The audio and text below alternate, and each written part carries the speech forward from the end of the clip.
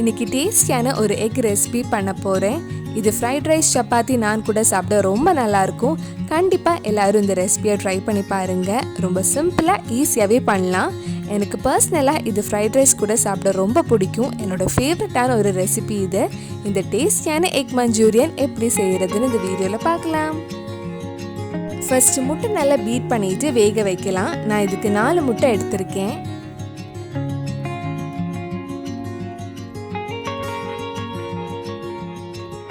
இதில் தேவையான அளவு உப்பை 1 டீஸ்பூன் நல்ல மிளகு ஆட் பண்ணி நல்லா பீட் பண்ணலாம். நான் முட்டையில் நல்ல மிளகு 1 டீஸ்பூன் தான் போட்டிருக்கேன். உங்களுக்கு வேணும்னா இன்னும் கொஞ்சம் ஜாஸ்தியாக போட்டுக்கலாம். நல்லா மிக்ஸ் பண்ணதுக்கப்புறம் இது வேக வைக்க போகிறேன். உங்களுக்கு வேணும்னா இது வேக வைக்கிறதுக்கு ஒரு கடாயில் கொஞ்சம் தண்ணி ஊற்றி நடுவில் ஒரு ஸ்டாண்ட் வச்சு இந்த முட்டையை ஒரு சின்ன பாத்திரத்தில் ஊற்றி மூடி வச்சு வேக வைக்கலாம். இல்லைன்னா இந்த மாதிரி டைரெக்டாகவே பேனில் ஊற்றி முட்டையை வேக வைக்கலாம்.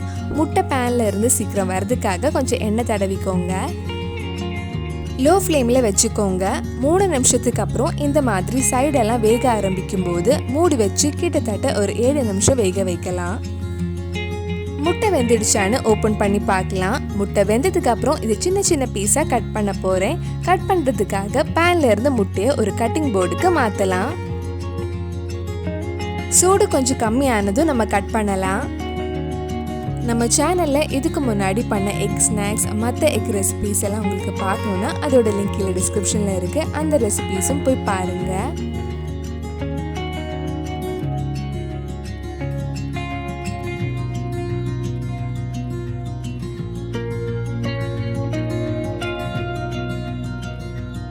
இந்த மாதிரி கட் பண்ணதுக்கு அப்புறம் இது கார்ன்ஃப்ளவர் மைதால கோட் பண்ணி ஃப்ரை பண்ணி எடுக்கலாம். ஒரு பவுலில் 1/4 கப் மைதா, 1/4 கப் கார்ன்ஃப்ளவர், கொஞ்சமாக உப்பு, ஒரு 2 teaspoon Kashmiri chilli powder add பண்ணியிருக்கேன். காஷ்மீரி சில்லி பவுடர் எடுத்துருக்கனால ரொம்ப காரம் தெரியாது, நல்ல கலரும் கிடைக்கும். இது ஒரு வாட்டி நல்லா மிக்ஸ் பண்ணதுக்கப்புறம் கொஞ்சம் கொஞ்சமாக தண்ணி ஊற்றி மிக்ஸ் பண்ணலாம். நிறைய தண்ணி ஆட் பண்ணாதீங்க. மாவு தண்ணியாக இருக்கக்கூடாது, கொஞ்சம் கெட்டியாக தான் இருக்கணும். கெட்டியாக இருந்தால் தான் நம்ம வேக வச்ச முட்டையில் நல்லா கோட் பண்ண முடியும். அதனால கொஞ்சம் கொஞ்சமாக தண்ணி ஊற்றி மிக்ஸ் பண்ணிக்கோங்க. இந்த ஒரு கன்சிஸ்டன்சியில் மாவு ரெடி பண்ணி வச்சுக்கோங்க. மாவு ரெடி பண்ணதுக்கப்புறம் நம்ம கட் பண்ணி வச்சுருக்கிற முட்டையை இந்த மாவில் நல்லா கவர் பண்ணி எடுக்கலாம். மிக்ஸ் பண்ணும்போது முட்டை உடஞ்சிராம பார்த்து மெதுவாக மிக்ஸ் பண்ணுங்க.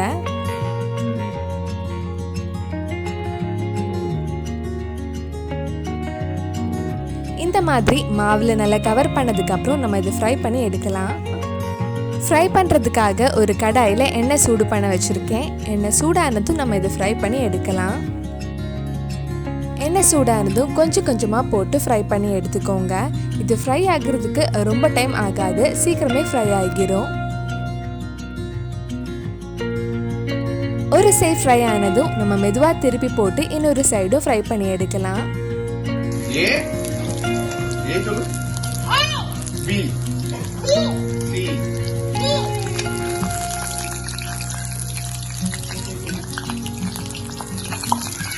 நான் லைவாக குக்கிங் வீடியோ எடுத்தால் இந்த மாதிரி தான் இருக்கும். என் வாய்ஸை விட என் பசங்க வாய்ஸ் தான் ஜாஸ்தியாக கேட்கும். இந்த மாதிரி ஃப்ரை ஆனதும் எடுத்துடலாம். இதே மாதிரி மிச்சம் இருக்கிற முட்டையும் ஃப்ரை பண்ணி எடுத்துக்கோங்க.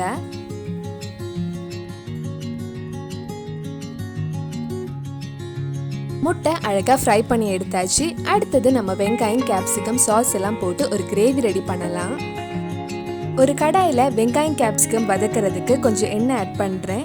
நம்ம முட்டை வறுத்த அதே எண்ணெய் கூட யூஸ் பண்ணிக்கலாம்.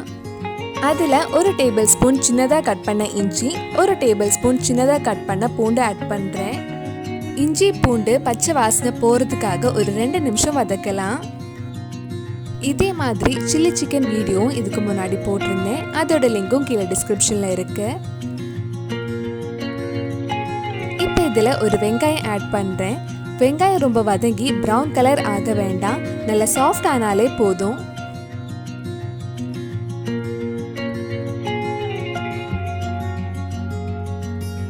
வெங்காயம் வதங்கி நல்லா சாஃப்ட் ஆயிடுச்சு. இனி இதில் ஒரு கேப்சிகம் ஆட் பண்ணி வதக்கலாம். கேப்சிகமும் ரொம்ப நேரம் வதங்க வேண்டாம். கொஞ்சம் வதங்கி சாஃப்ட் ஆனதும் இதுல கொஞ்சம் செலரி, ஸ்ப்ரிங் ஆனியனும் ஆட் பண்ணலாம்.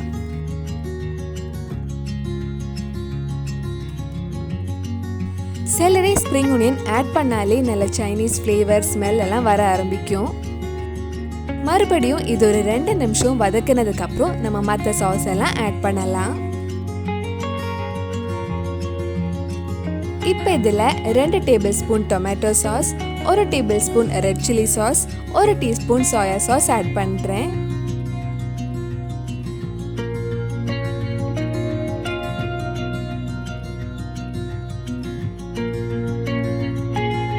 இதெல்லாம் சேர்த்து ஒரு வாட்டி நல்லா மிக்ஸ் பண்ணிக்கலாம்.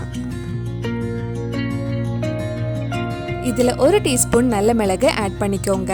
உங்களுக்கு எக் மஞ்சூரியன் இன்னும் கொஞ்சம் ஸ்பைசியாக வேணும்னா வெங்காயம் வதக்கிறப்ப 2 பச்சை மிளகாயும் சேர்த்து வதக்கிக்கோங்க. ஒரு பவுலில் 1 டீஸ்பூன் கார்ன்ஃப்ளவர் எடுத்திருக்கேன். அதில் 1/4 கப் தண்ணி ஊற்றி மிக்ஸ் பண்ணலாம். உங்களுக்கு கொஞ்சம் செமி கிரேவியாக வேணும்னா இந்த மாதிரி பண்ணிக்கோங்க. சும்மா ட்ரையாக தான் பிடிக்கும்னா இதை அவாய்ட் பண்ணிக்கலாம். இது ஆட் பண்ணி மிக்ஸ் பண்ணதுக்கப்புறம் ஒரு 2-3 நிமிஷம் கொதிக்கட்டும். தண்ணியோட அளவு உங்களுக்கு எவ்வளவு கிரேவி வேணுமோ அதுக்கு ஏற்ற மாதிரி ஊற்றிக்கோங்க. டேஸ்ட் பார்த்துட்டு அதுக்கு ஏற்ற மாதிரி கொஞ்சமாக உப்பு ஆட் பண்ணிக்கோங்க. நம்ம செமி கிரேவி அழகாக ரெடி ஆயிடுச்சு. இனி இதில் நம்ம ஃப்ரை பண்ணி வச்சிருக்கிற முட்டையை ஆட் பண்ணி மிக்ஸ் பண்ணலாம். இது ஒரு 2 நிமிஷம் லோ ஃப்ளேமில் இருக்கட்டும். அதுக்கப்புறம் ஆஃப் பண்ணிடலாம். நாங்கள் இந்த egg Manchurian egg fried rice கூட சாப்பிட்டோம். எக் ஃப்ரைட் ரைஸும் எக் மஞ்சூரியனும் செம டேஸ்ட்டாக இருக்கும். இந்த எக் ஃப்ரைட் ரைஸும் இதுக்கு முன்னாடி நம்ம சேனலில் பண்ணியிருக்கோம். அதோட லிங்கும் கீழே டிஸ்கிரிப்ஷனில் கொடுத்துருக்கேன். நம்ம டேஸ்டியான எக் மஞ்சூரியன் ரெடி ஆயிடுச்சு. கண்டிப்பாக நீங்களும் உங்கள் வீட்டில் இதை செஞ்சு பாருங்கள். பிடிச்சிருந்தா இந்த வீடியோவை லைக் பண்ணுங்கள், உங்கள் ஃப்ரெண்ட்ஸ் அண்ட் ஃபேமிலிக்கு ஷேர் பண்ணுங்கள். வேறு என்னெல்லாம் ரெசிபிஸ் நம்ம சேனலில் ட்ரை பண்ணலான்னு கீழே கமெண்ட் பாக்ஸில் சொல்லுங்கள். நீங்கள் இன்னும் என்னோட சேனலை சப்ஸ்கிரைப் பண்ணலைன்னா மறக்காமல் சேனலையும் சப்ஸ்கிரைப் பண்ணிடுங்க.